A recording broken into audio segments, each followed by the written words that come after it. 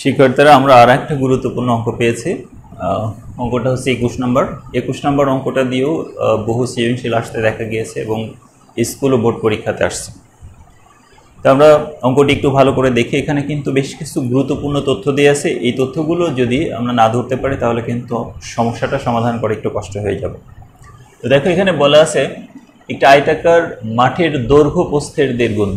তার মানে আমরা যদি প্রস্থ ধরি ক, দৈর্ঘ্য হবে হচ্ছে 1.5 ক। 1.5 গুণ যেহেতু বলা আছে 1.5 গুণ, তাহলে 1.5 গুণ করে দিতে হবে প্রস্থের সাথে। এরপরে বলা আছে প্রতি বর্গ মিটারে 1.90 টাকা দরে ঘাস লাগাতে 10,260 টাকা খরচ হয়। বর্গ মিটার হচ্ছে ক্ষেত্রফলের একক। তার মানে 1 বর্গ মিটারে খরচ হচ্ছে 1.90 টাকা। 1.90 টাকা খরচ হচ্ছে 1 বর্গ মিটারে। এত টাকা খরচ হয় কত বর্গ মিটারে সেটা কিন্তু আমরা বের করে নিতে পারবো। তার মানে আমরা আয়তাকার ক্ষেত্রটার ক্ষেত্রফল বের করে নিতে পারবো এই পর্যন্ত যে তথ্য দিয়েছে সেই তথ্য থেকে। আর এখানে যে তথ্য দিয়ে আছে, যেহেতু আমরা প্রস্থ ধরে নেব, প্রস্থ থেকে দৈর্ঘ্য বের করে নিতে পারবো, দৈর্ঘ্য প্রস্থ থেকে ক্ষেত্রফল বের করব। ওই ক্ষেত্রফল আর এই ক্ষেত্রফল কিন্তু একই মাঠের ক্ষেত্রফল, কাজে ক্ষেত্রফল তো আলাদা হবে না, একই হবে। তো ওখান থেকে আমরা দৈর্ঘ্য প্রস্থ বের করে নিতে পারবো। দেখো এখানে বলা আছে প্রতি বর্গ মিটারে 2.5 টাকা দরে ওই মাঠের চারদিকে বেড়া দিতে কত টাকা খরচ হবে। চারদিকে বেড়া মানে বাউন্ডারি, বাউন্ডারি মানে হচ্ছে পরিসীমা। আমরা জানি আয়তক্ষেত্রের পরিসীমার সূত্র হচ্ছে 2 দৈর্ঘ্য যোগ প্রস্থ। আমরা পরিসীমা বের করব এবং পরিসীমা বের করার পর কত টাকা খরচ হবে সেই খরচটা বের করব। আমাদের বেশ কিছু কাজ আছে, সেই কাজগুলো পর্যায়ক্রমে শুরু করি। আমরা প্রথমেই এই মাঠের ক্ষেত্রফলটা একটু বের করার নিয়ে চেষ্টা করি। আমরা লিখি 1.90 টাকা খরচ হয় কত বর্গ মিটারে? 1 বর্গ মিটার। 1 বর্গ মিটারে খরচ হয়। তাহলে নিশ্চয়ই আমাদের ঐকিক নিয়ম মনে আছে, 1 টাকা খরচ হয় কত বর্গ মিটারে, তাহলে 1/1.90 বর্গ মিটারে। এখন এই যে 10,260 টাকা খরচ হতে কত বর্গ মিটার সেটা আমরা বের করে নিই। তাহলে 1 গুণ 10,260, একে আমরা 19 নাকি 1.90 দিয়ে ভাগ করব। তো যদি ভাগ করি তাহলে এটা 5,400 বর্গ মিটার আসে। তোমাদের হাতে নিশ্চয়ই ক্যালকুলেটর থাকবে, তোমরা একটু ক্যালকুলেশন করে দেখো এটা আসে কিনা। আমরা এই যে 5,400 বর্গ মিটার পেলাম, এটা কিন্তু এই যে আয়তাকার মাঠ, এই মাঠের কিন্তু ক্ষেত্রফল। আবার এখানে বলা আছে ওই আয়তাকার মাঠের দৈর্ঘ্য প্রস্থের 1.5 গুণ। আমরা এখান থেকে প্রস্থ যদি ধরি মাঠের প্রস্থ হবে ক মিটার, তাহলে মাঠের দৈর্ঘ্য কি হবে? মাঠের দৈর্ঘ্য হবে হচ্ছে 1.5 ক মিটার। সুতরাং মাঠের ক্ষেত্রফল কি হবে? আমরা জানি মাঠের ক্ষেত্রফল বের করতে হলে এই দৈর্ঘ্য আর প্রস্থ এই দুইটা গুণ করতে হয়, এত বর্গ মিটার। দেখো আমরা যদি 1.5 কর সাথে ক গুণ করি তাহলে 1.5 ক স্কয়ার হয়, এত বর্গ মিটার।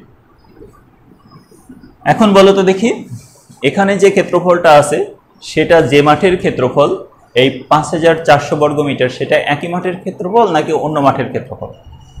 হ্যাঁ, একই মাঠের ক্ষেত্রফল। তো কাজে আমরা শর্ত মতে লিখতে পারি এই 1.5 ক স্কয়ার সমান 5,400। এখান থেকে আমরা খুব সহজেই ক এর মান বের করে নিতে পারবো। শর্ত মতে 1.5 ক স্কয়ার সমান 5,400। যেটা 1.5 কর সাথে গুণাকার আছে, কাজে ক স্কয়ার সমান এই 5,400কে আমরা 1.5 দিয়ে ভাগ করব। যদি ভাগ করি তাহলে ক স্কয়ারের মান আসে হচ্ছে 3600।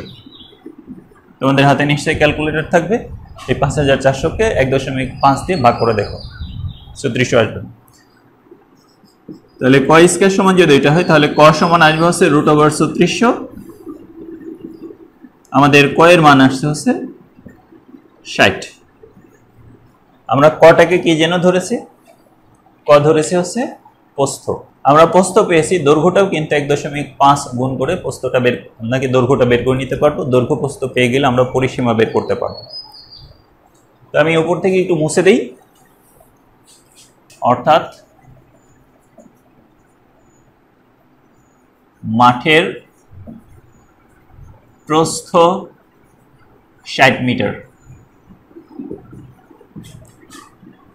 এবং মাঠের দৈর্ঘ্য কত হবে নিশ্চয়ই বুঝতে পারছো। এই 1.5 সাথে আমরা 60 গুণ করে দেবো, এত মিটার সমান 90 মিটার।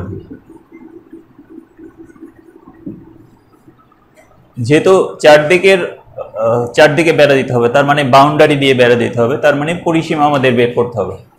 তাহলে লিখি, অতএব মাঠের পরিসীমা সমান, যেহেতু এটা আয়তাকার মাঠ, তো কাজে আয়তাকার মাঠের পরিসীমা হচ্ছে 2 ইন্টু দৈর্ঘ্য যোগ প্রস্থ, এত একক। দৈর্ঘ্য কত আমরা বের করেছি 90, আর প্রস্থ বের করেছে 60, এত মিটার। এই 60 এর সাথে 90 যোগ করলে 150, 150 এর সাথে যদি 2 গুণ করি তাহলে 300 মিটার হবে। তোমরা এইটুকু নিশ্চয়ই ক্যালকুলেটারে বা এমনি মুখে মুখে হিসাব করতে পারবা, কোনো সমস্যা হবে না। তো দেখো আমাদের মাঠের পরিসীমা বের হয়ে গেছে, কিন্তু আমাদের পরিসীমা বের করতে বলেনি, বলছে কয় টাকা খরচ হবে সেটা বের করো। এটা পারবা, খরচ কত হবে সেটা বের করতে পারবা, যেহেতু এখানে বলা আছে প্রতি মিটারে খরচ হয়েছে 2.5 টাকা, 50 টাকা। তাহলে আমরা লিখি 1 মিটারে খরচ হয়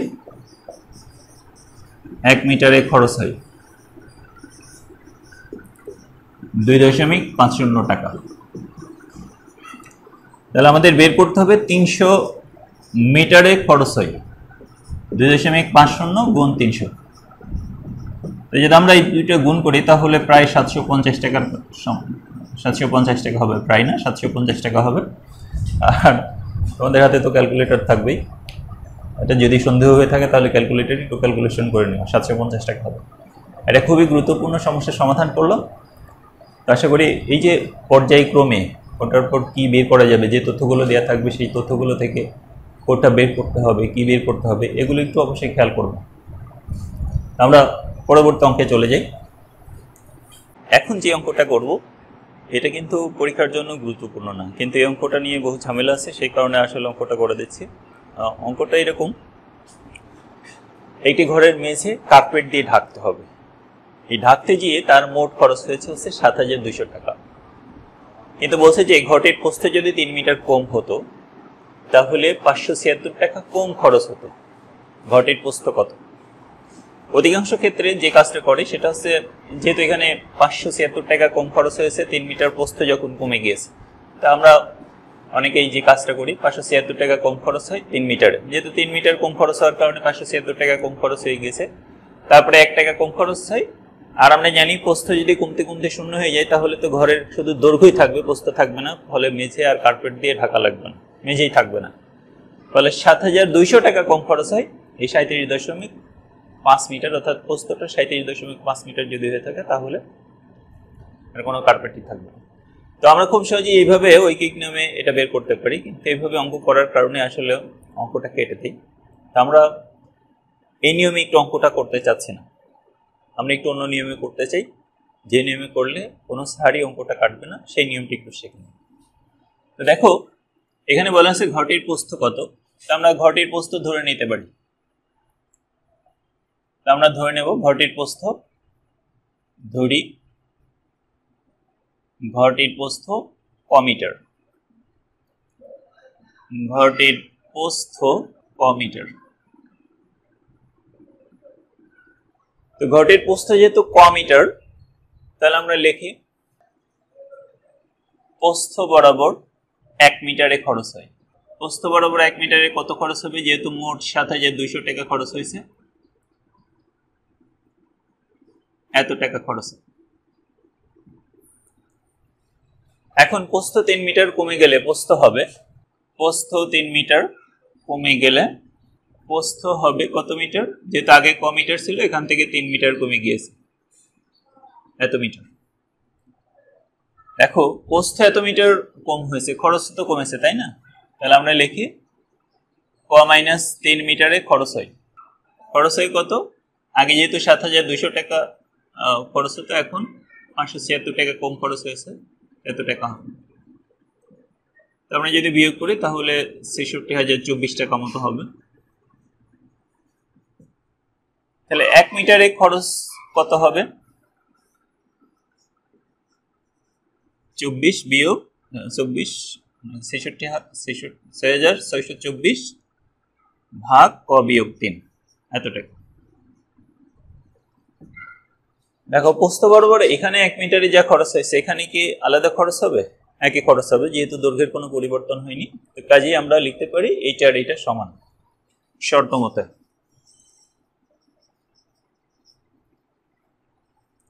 সাত 7,200 ডিভাইডেড বাই ক সমান 66,024 ভাগ ক বিয়োগ 3। আমরা এক কাজ করি, আর গুণ করে দিই। আর যদি গুণ করি তাহলে 7,200 ক মাইনাস 7,200 গুণ 3, আর এখানে 6,624 ক। আমরা কাজ করি, ক গুলো এক পাশে করি আর সংখ্যাগুলো একটু অন্য পাশে করি। 7,200 ক থেকে এটা এই পাশে আসলে নিশ্চয়ই বিয়োগ হয়ে যাবে, 6,624 ক, আর আমরা এই অংশটা ওই পাশে পাঠিয়ে দিই। তোমাদের হাতে ক্যালকুলেটর থাকবে, তোমরা গুণ করে দিতে পারো, আমি আর গুণ করলাম না, এইভাবে রেখে দিলাম। তো আমরা 7,200 ক থেকে 6,624 ক যদি বাদ দিই তাহলে 576 ক হবে।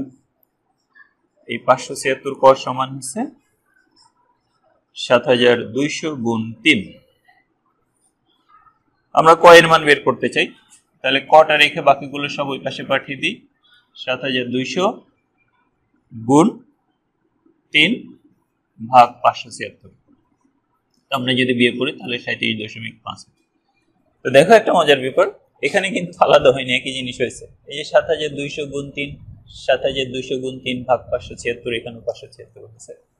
আসলে একই ক্যালকুলেশন, শুধু অনেকটা বলা যায় গায়ের জোরে আসলে কেটে দিয়ে। কেউ যদি এভাবে করে তাহলে কোনো ভুল নেই, ওটাও হতে পারে। তবে এইভাবে করলে কোনো সারি কাটে না, তো তোমরা চেষ্টা করবে এইভাবে করার। আরেকটা বিষয়, এই অঙ্কটা গুরুত্বপূর্ণ না, পরীক্ষায় হয়তো এমসিকিউ আসতে পারে, এই জন্য একটু মনে রেখো, আশা করি পারবো। আমরা পরের অঙ্কটাতে চলে যাই।